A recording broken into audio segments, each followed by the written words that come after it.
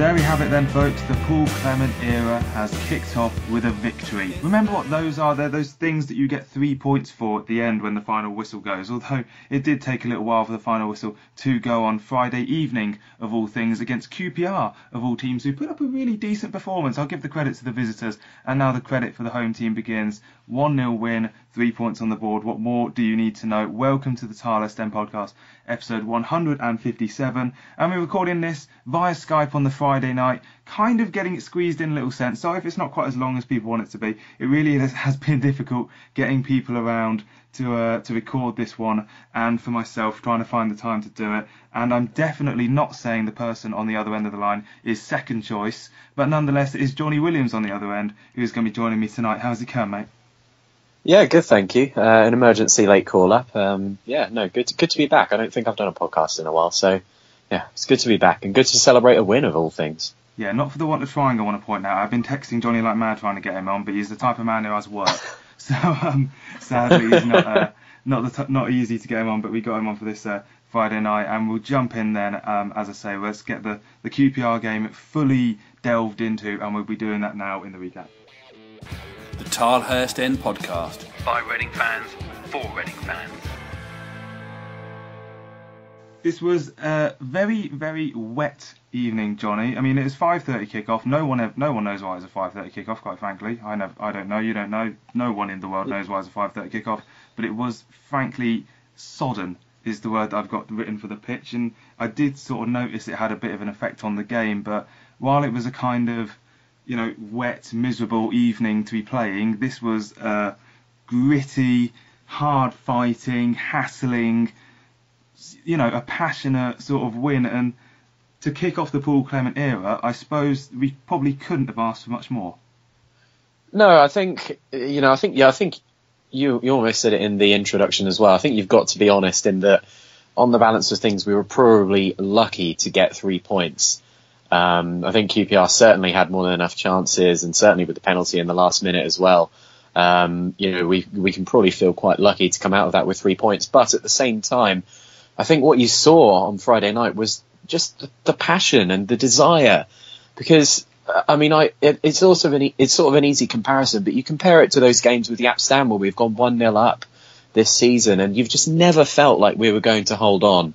And you really do feel like if Aston was managing that team on this evening, we probably wouldn't have held on. I mean, obviously you'll never know those sorts of things, but the spirit and the character that they showed this evening, throwing themselves in front of blocks and defending really deep, really doggedly. I mean, basically for the last hour or so of the game, it was probably from about 15 minutes left of the first half. I don't really remember us having any chances.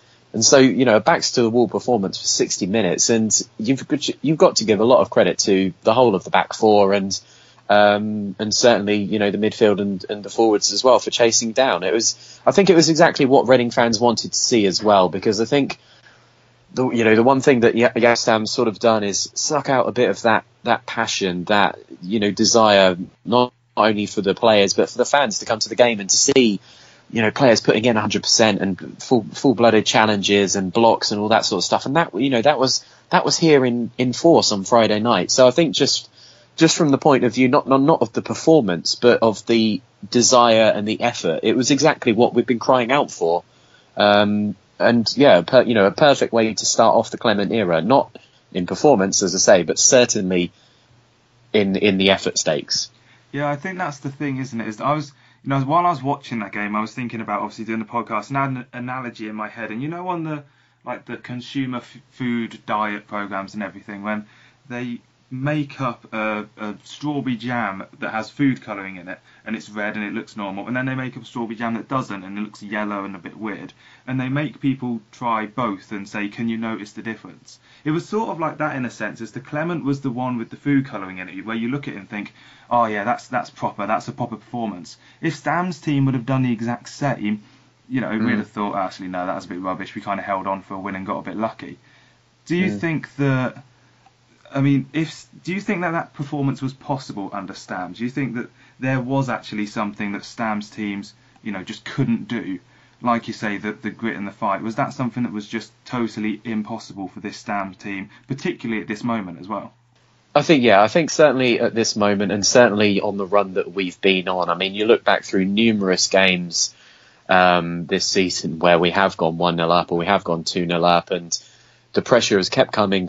We sat back, and inevitably the goal has gone in. And yeah, as I said, you've got to say that we really did ride our luck this evening in terms of coming out with a clean sheet, because I think on any other day we wouldn't have done so. So, I mean, perhaps you can say it's a little bit of luck, and that's exactly what we need at this stage. But I do think that just in terms of the effort and commitment levels you saw from those players to go for 90 minutes, I mean, I think one of the unsung heroes, and he was perhaps a bit unfortunate to give away the penalty in the last minute, but Dave Edwards, I think that was possibly one of his best performances in a Reading shirt, because he was up and down the pitch and constantly harrying and really, really putting in the effort. And I think you need those experienced heads sort of leading the way. And I think just like I said, just the effort and performance that they really seem to be invigorated by playing under Paul Clement. I think they seem to have less of that fear of making mistakes, and they are just happy to hoof it up the line. And I mean, even in the first minute, Chris Gunter took a throw in and it didn't go backwards. I was thinking, what is going on here?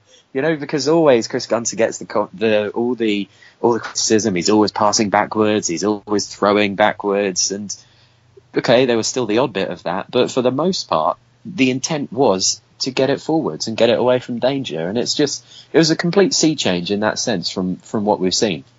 I can't think of one time when there was a pass between Moore to Ilori. I just can't think of any time when that happened. And even, no. I mean, there were fans around me when the hoof ball went up the line. There were fans groaning, and I kind of thought, well, this is kind of what you want. Yeah, we've let Stam go because we were keeping the ball too much. We've had 33.2% possession against a QPR team that had 27 shots to our 5, and those stats aren't brilliant stats, but just remember how many times over the course of the season we've kept 70% possession and come out on the other end of a 1-0 defeat. I want to talk about tactics. Then what did you notice was different? I'd say that we defended so much deeper. You realise how high our line was from the Stam era, from when this game came in, how much we were sat back and how comfortable we were with the other team having the ball. That was just astounding to me. I thought the centre midfield was much more active. Edwards, as you say, I thought he had a really busy game. Swift chasing a bit, but maybe not Swift's idea is chasing the game. Maybe we need to find something else for him to do. Otherwise, I mean, 4-3-3, wide men, get the ball into the box, a bit more working getting the ball into the box rather than hoofing it in. But I'd say defending deep was probably the main tactical thing that I noticed had changed. Yeah, certainly. For the last hour, I mean, there were so many blocks that Moore and Ilori put in basically on their own 6-yard box. And I remember Chris Gunter doing one of those as well. So certainly in terms of defending deep and keeping everything in front of you, it certainly was that. Like I said, less risky passing around the back, more just a case of, get it forward, play the percentage balls. Sometimes you've just got to do that, especially in a situation like we are, where I think the players had lost a little bit of belief in the tactics and the style under Stam. And this is, much more of almost a traditional style of football in the way that it's played at every level. It's much more back to basics. This is what this is what has worked for 20, 30 years. And obviously Clement's going to bring in his own little nuances to that. Otherwise, I thought Aluko and Barrow. Aluko had a decent start down the right-hand side. He was getting a lot of space. The obvious tactic always with Barrow is to get him in over the top, and he had a couple of opportunities like that as well. And I think the other thing as well was some nice little interchanges. We saw some, Martin coming deep and playing the ball back, and then the third man run from Aluko and Barrow. A lot more of that to sort of release them. It was sort of a double-edged sword with those two, especially with Aluko, because he wasn't given too much defensive responsibility. And that often left Chris Gunter in a bit of no man's land, because he sometimes had their left-back, Jake Bidwell, coming onto him as well. That kind of worried me as well, because I sit on the opposite side of the stadium to you, and I noticed that for the opposite flank as well, that Barrow, in the first half particular, wasn't coming back and sorting out and helping Blackett. And I think that really... Certainly, I think it was Luke Freeman was playing down the right flank, and they really had a good target down at Blackett, and he was kind of isolated. Yeah, I think Blackett sort of grew into the game. He stood up a bit more as the game went on. But that's kind of the problem with Tyler Blackett is we know that he does have these lapses in concentration, and I just hope that seeing a performance like this and getting a clean sheet like this can really be almost the reset button on his career, because I don't think anyone would doubt that deep down there is a talented footballer in there. It's just those mental lapses and perhaps that little, he's clearly a player who doesn't have the confidence or didn't have the confidence, not only because of how he was playing, but also, the fans, and that sort of feeds into it as well. So, I think hopefully, Tyler Blackett is the biggest sort of beneficiary of this reset button, if we can call it that, because I think he'll see this as a brand new opportunity to really impress, because you'd assume that he's going to be the left back from now until the end of the season. Yeah, depending on Omar Richards' fitness, of course, which is something that, we just don't know. Reading fans don't know about the injury status of the team. We haven't for some years now. The two other things, or two incidents I noticed of the same nature, and one came via Blackett and another came via Dave Edwards, is the big tackle. I haven't seen a big tackle in a Reading team for a while now. We get cynical yellow cards and the usual sort of bits, and the odd red now and then, but there were a couple times when I think it was just after QPR had put in a tackle that had maybe been a foul but had gotten away with it. The fans had gotten on their feet about it, and then a big crunching tackle came in from a Blackett or from an Edwards, are the two ones that I remember doing it. It's kind of refreshing to see that sort of, it's almost a connection between the fans and the players, isn't it? When those moments build up and the players respond to it and put in, they weren't fouls, the tackles they're putting in, they've won the ball. But those things, again, it's just one of those things that I just don't remember happening in the last few weeks. No, and it is one of those things, isn't it, that feeds into sort of the passion and the visceral nature of, because ultimately football boils down to a battle between your side and the other side. And I think if you're proving yourself almost stronger on the pitch and willing to do those things and put in those crunching tackles, especially in an era where it does seem to be that those kind of tackles are being outlawed from the game, it gets you up for it as a fan, and you could hear the roar and the cheer, because you want your players to be doing that. You want your players to be putting their bodies on the line, and not only in terms of the blocks, but like you say, with those tackles as well. And it was Tyler Blackett who put one in on their right winger. It did look a little bit dicey, I must say, from my from my point of view. And then he got taken down sort of immediately after that, and somehow the ref didn't give a yellow card. But yeah, I think all those moments really did feed into that, that mentality of just putting in the effort, putting your body on the line, and ultimately emerging with all 3 points.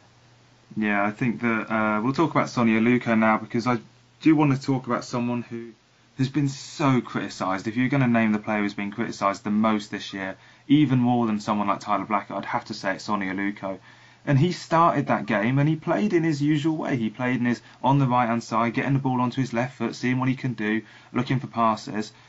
Do you think that was actually a genuine sort of step up that he's made from the Stam last few weeks? Did he actually play a better game, or are we just kind of fooled by the fact that he scored, a world-class goal? But these sort of world-class goals happen, every now and again for a good footballer anyway, in a sense. And was it really as good as that goal sort of made out to be his performance? Because I would like to think that his quietness in the latter periods of the game are purely circumstantial, and that given perhaps a lesser team, or given a better conditions or anything, whatever it takes to produce more of an attacking 90-minute performance, that he would have had a much bigger role in that. Yeah, I agree with you in that sense, because I don't think you can say that Aluko was the only attacker that underperformed. Certainly after we got the goal, and definitely in the last hour or so, because I don't think you can say that any of Aluko, Barrow, certainly Chris Martin, and certainly Jan Kermigan had a positive effect on the game in the last hour or so. But in terms of Aluko's goal, it was, that's what you pay the transfer fee for, isn't it? That's getting the ball almost in his own half, turning his man, running forward past 3 players and smashing it in. That was a moment of real quality. And I think some Reading fans expected him to be a 15-goal a season, 20-goal a season kind of winger, but I don't think he's ever scored more than 10 goals in a season, except possibly one in the Scottish Premier League. So he's not a player who's going to score 15 goals a season, but he is a player who is going to deliver quality moments, deliver quality passes, and put in those occasional wonder goals. And I think that's one of the first glimpses that we've seen of it, really. And it was a fantastic moment. And as Paul Clement said after the game, it was a moment that was worthy of winning any match. It's just what we want to see from him is that more often. We don't want a wonder goal every game, but we do want those little moments of magic or those little passes through that release someone else. I mean, we saw it. What was the pass that he played through for Bodvarsson a couple of weeks ago? Leeds? It must have been. Yeah, so it was. I think it was in our last home game. He played the ball through for Bodvarsson, wasn't it? Yeah, and again, that was a fantastic pass, and that shows the vision and what he's capable of. It was a perfectly weighted pass, and Bodvarsson had the easiest of finishes. But we need to see those moments more consistently, and it is a burden of the price tag. Because you look at someone like Mo Barrow, who has scored a lot more and came with a much less price tag, and he's clearly a fan's favourite. Aluko is burdened by his price tag, and again, hopefully he's a player that perhaps it'll take into next year now, but he can really start to develop his own style and really start to come into his own. Yeah, I've got his stats up in front of me now, actually. Since the start of the 2013-14 season, Aluko has played 150 league games exactly, during which time he scored 16 goals and only made 18 assists.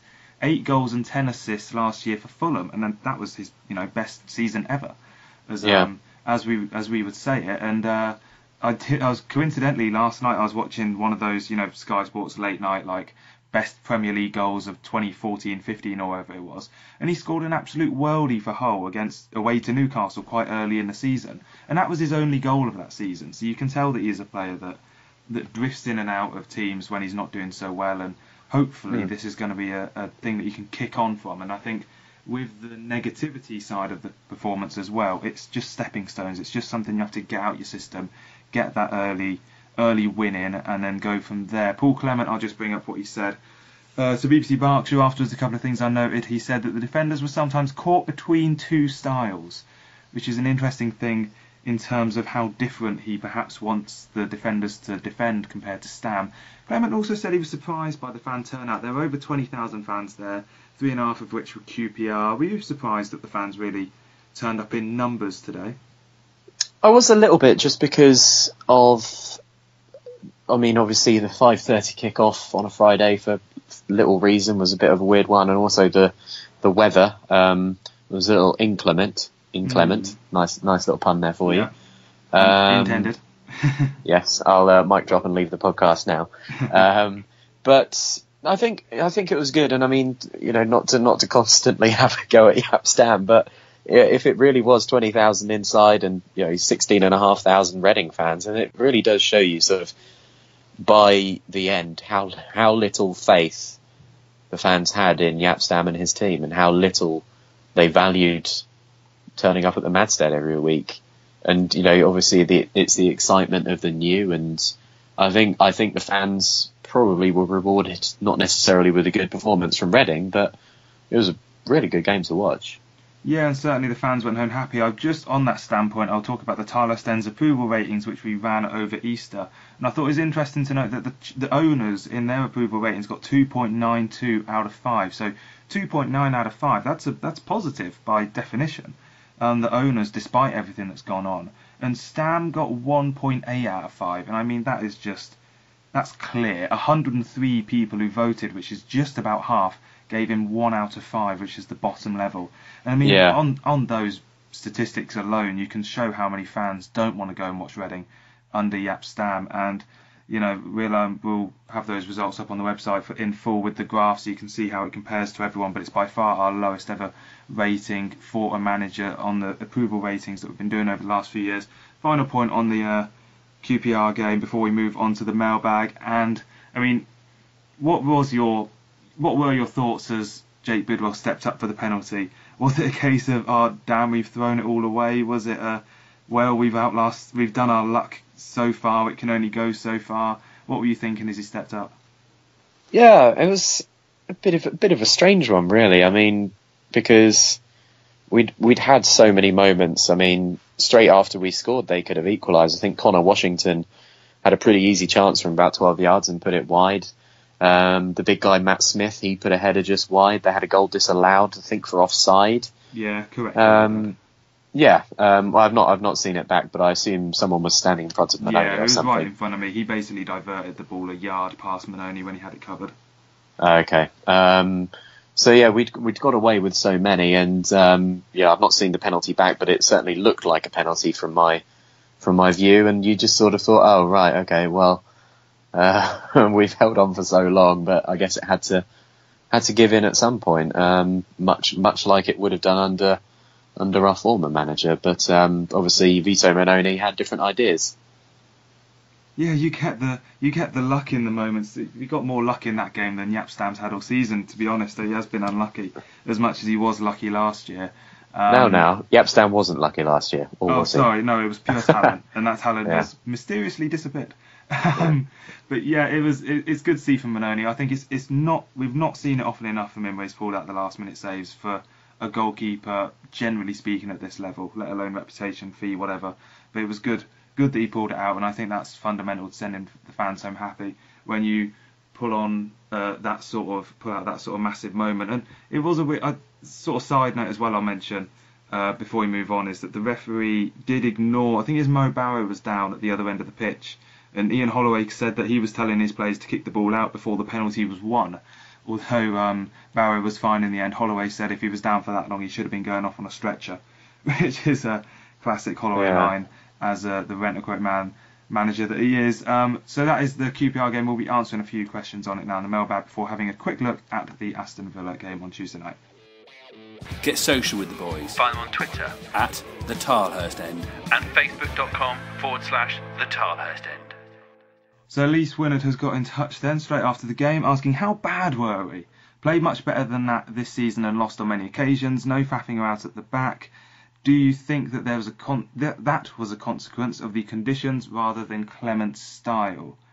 I think the conditions did have a big effect. There were a number of counter-attacks I noticed where balls got laid across the box, a couple of times for Swift from Aluko actually, and it just held up.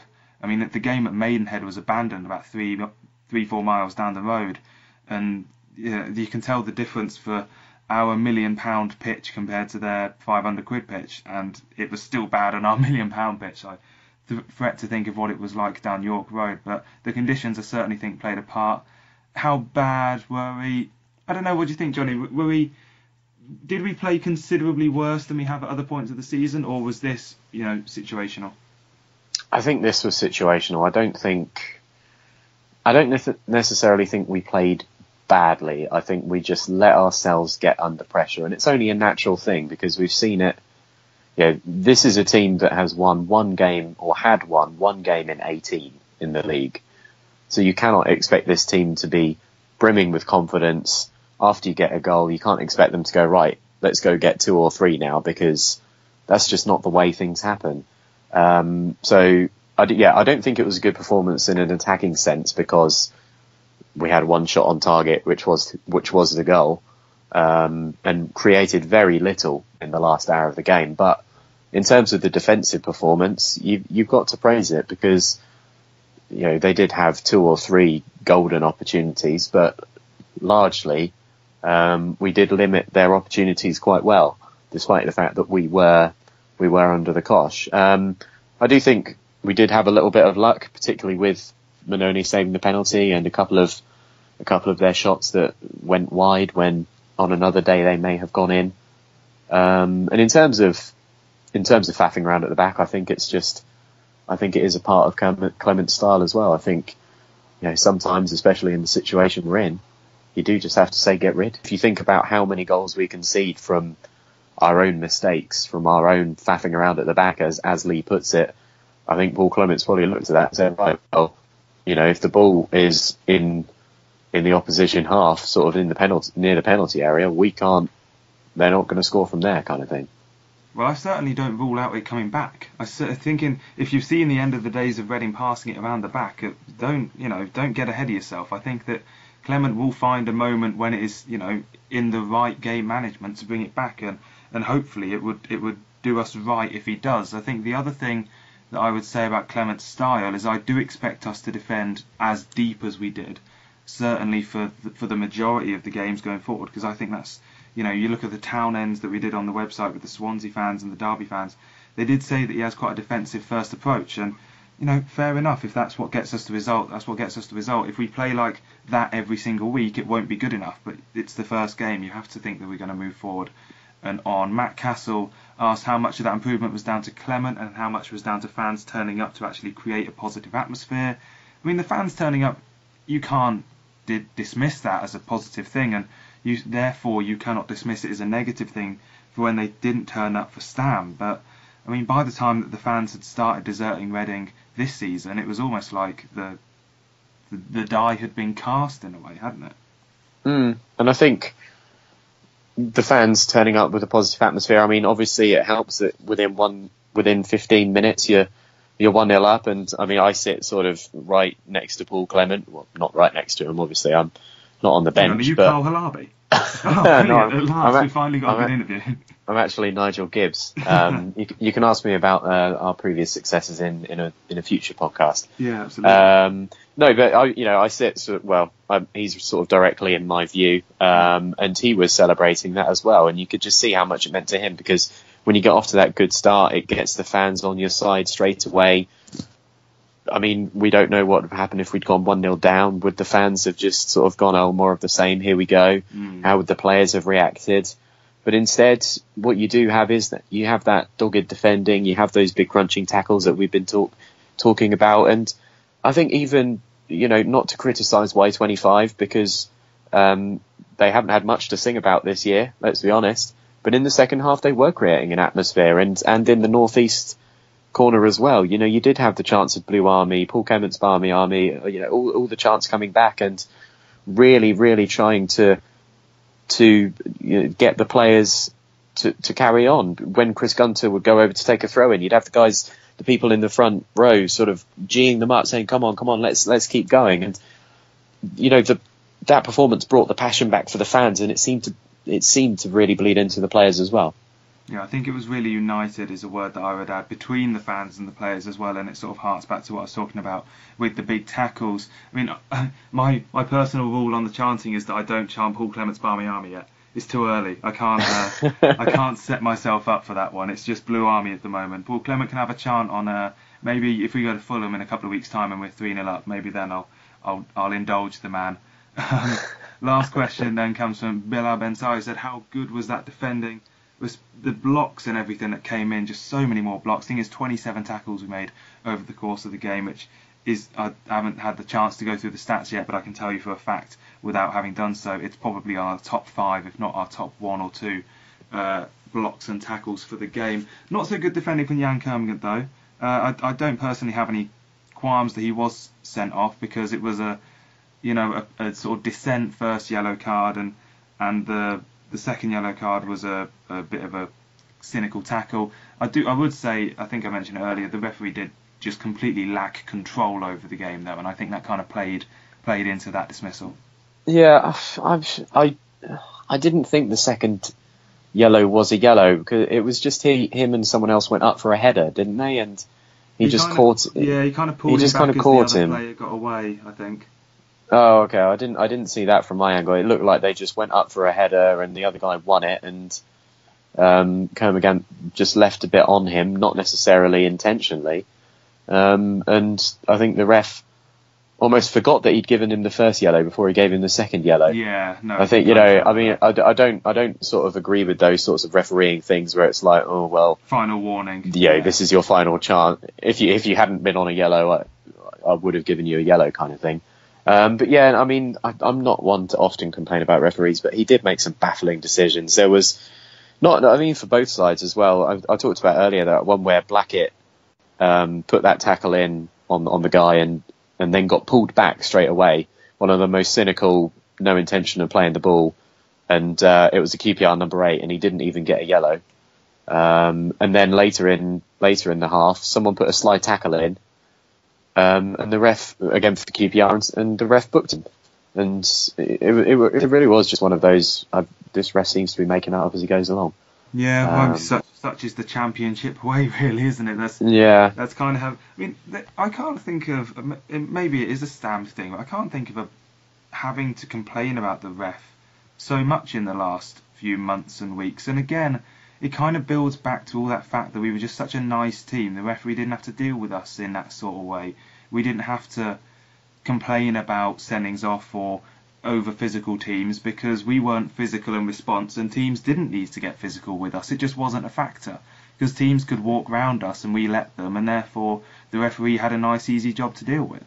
Yeah, pretty much. I mean, I did notice a lot more, I've noticed a lot more gamesmanship in the team over the last couple of years, especially with the sort of slowing down around throw-ins and I think feigning a few more, or making injuries seem more serious than they actually are. I don't seem to remember the Reading teams of old doing that as much. But yeah, no, certainly in terms of giving referees important decisions to make, we haven't really done that too much. So I guess that's a good thing. I don't know. Is it? Well, we got a red card, so maybe not. Yeah, I'm not. Yeah, it's hard. It's a bit of give and take, isn't it? You want to be on the right side of the referee being bad at the end of the day. If the referee's awful, that's fine, so long as we win the penalty. Yeah. and get the win at full time. So if anyone in the future podcast will be back next Monday after, obviously the Monday after next, as per usual, and there's podcast extra as well. So any questions for that, send them in at the Tilehurst End Twitter, the Tilehurst End Facebook. We always check the inbox on that, as well as the Tilehurst End at gmail.com, where we regularly check for questions and whatnot, and we'll always answer them on the show. So do be in touch on that, and we'll move on now to finish off the show with any other business. The Tilehurst End Podcast. Any other business? You know, Johnny, there's one key thing to remember about the Aston Villa game on Tuesday evening, is that they play on Saturday, so they've had 24 hours less rest than us. And they've had 2 surprise defeats going before they go to Hull on the Saturday. So if you're listening to this after Saturday, they've had 3 surprise defeats because they're obviously going to give Hull 3 points in our relegation battle, sod's law. So, good time to play them. Yeah, I suppose as good a time as any. I mean, you're almost on a hiding to nothing, really, aren't you, as Paul Clement? You've got that first win, which was important. I think even he will realise that we were perhaps a little bit lucky to come out with the win. But I think, I don't, you know, I mean, he came out in the press conference when he was announced and say, "Oh, we're looking to win every game." But I think he will be pretty confident that as long as we win our home games and don't get embarrassed in our away games, he'll be quite happy with that. Certainly in terms of the goal difference, because we do have a significantly less bad goal difference than some of the other teams we're fighting relegation with. So, yeah, I mean, I don't expect us necessarily to come out with a result. I don't think you can suddenly change everything overnight, and certainly, you know, the performance against QPR proved that, because it wasn't at all a revolution. It was just a gritty 1-0 win, but it will have given us a bit of confidence. So yeah, I mean, it's an intriguing time to play them, as you say, on the back of our good result and on the back of their little blip. You say about the goal difference for other teams being not as bad. Sunderland beat Derby 4-1 at Pride Park tonight. I mean, who sanctioned that? When was that allowed? So I think maybe we can go and grab a similar result of Villa. We got 3-1 last year. So I mean, I don't know what to think about this one. It's such a championship game, isn't it? It's so typically unpredictable in the sense that all the logic says that yes, Villa are 4th, we're 19th, very easy, 3 points for them. But they have lost 2, possibly 3 of their last 2 or 3 games. We've won 1 and started looking a bit better, and the defence has obviously had some work done on it. We've got the extra rest, as I say. Our injury situation after the QPR game hasn't got any worse, as far as I can think of off the top of my head. So maybe we'll have a couple of players back. It's just one of those ones that really could go either way. And I mean, this is the difficult part of the show now, because the predictions are going to have to come in. I will quickly, to give you some time before I ask you for your prediction, the QPR prediction league, myself, Handbags and Wim all went for a victory, whereas yourself, Jonny, Westy and Tom Crocker all went for 1-1. So Tom Crocker still leads the race on 24 points, ahead of Westy and yourself, Jonny, on 22. Then it's Wim 18, me 17 and Handbag 16. So, you know, there's stuff to play for in there. It's not completely over yet. I think there's, 7 games left. So there's still 21 points to fight for if you want them there. So where are you going to stick on Villa? Just to say, I mean, we'd all be absolutely dead bottom of the Championship table with those scorelines. That's absolutely shocking, and it shows you how well we are at predicting Reading's results. I'll go for. I said that so optimistically. I'll change my tone. I'll go for a 2-0 defeat. A 2-0 defeat. Right, I'll type that in. Then I mean, yeah, it's. I just don't know. I'm going to have to go for. I've actually got the last 4 results: draw, loss, win, correct. So on that basis, I got 3 exact scorelines correct. Yeah, recently you've got Sheffield United at home, Bolton at home, and Wolves away, all bang on. So you're on we're all on decent form actually going into the run-in. We've all got our iron now. We all got our iron rather when Stan was losing all the games. Now we've got to get our iron once again for a new manager. I'm going to go for a narrow 2-1 defeat. I think it won't be a disaster by any means. I think you're absolutely right. They're talking about winning your home games. We probably only need to win 2, maybe draw 1 of our remaining 7 games, and that'll see us through. Hopefully it will anyway.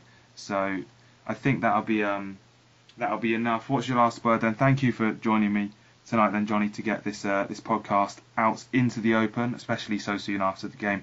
What are your last thoughts then on the relegation battle that we have in front of us in general? Well, I think what tonight has done, and you see it from the amount of people just saying it on Twitter, we have our club back kind of thing. And I think that's always a little bit of an overstatement, but I think for some fans it is true, because the last 2 years, even when we were winning under Yapstam, it didn't feel exciting. Obviously, Wembley was exciting. Obviously, being 2 penalty kicks away from Wembley was exciting. But for the most part, it was pretty dire football, and we were winning the first season and then losing the second season. I think tonight's game was just back to basics. That reason that you come to football is for that passion, because the players put in the effort, you feed into them, they feed into you. And even though we were backs to the wall, even though we didn't deserve to win, it got your juices flowing again, you know? It really got that passion going again. It was exciting. It was an exciting game, even though we were defending for an hour. It was an exciting game, and you know, I think it was a reminder of what football can actually be. I tell you what, when we're having a gritty backs to the wall 1-0 win against QPR was one of your moments of the season. That shows how far you've fallen, and therefore a bit of perspective needs to come in order that this is actually a good moment. We can enjoy it. We don't have to sit around and say, oh, well, maybe we did this, maybe we did that. Well, no, we've just won a game. We can enjoy it for what it is, and we go to Villa on Tuesday, hopefully with a little bit less pressure and perhaps a little bit more optimism. We'll be back after that. Obviously, Podcast Extra will be on the Thursday to review that game. We'll be back as well as we are at home to Preston. And thank you for joining us. Let's just get back to the basics of enjoying our football and back to the basics of Come On You Arse.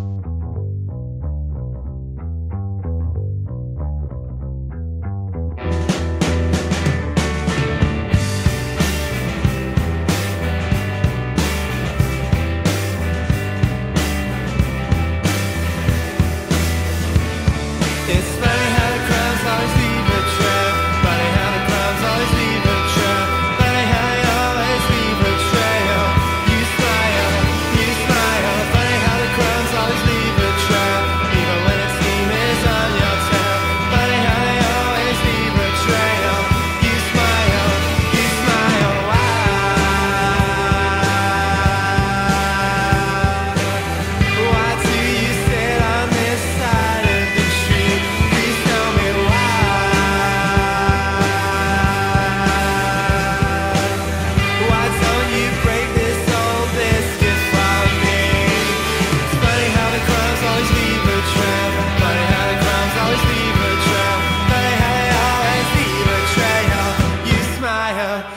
triumph.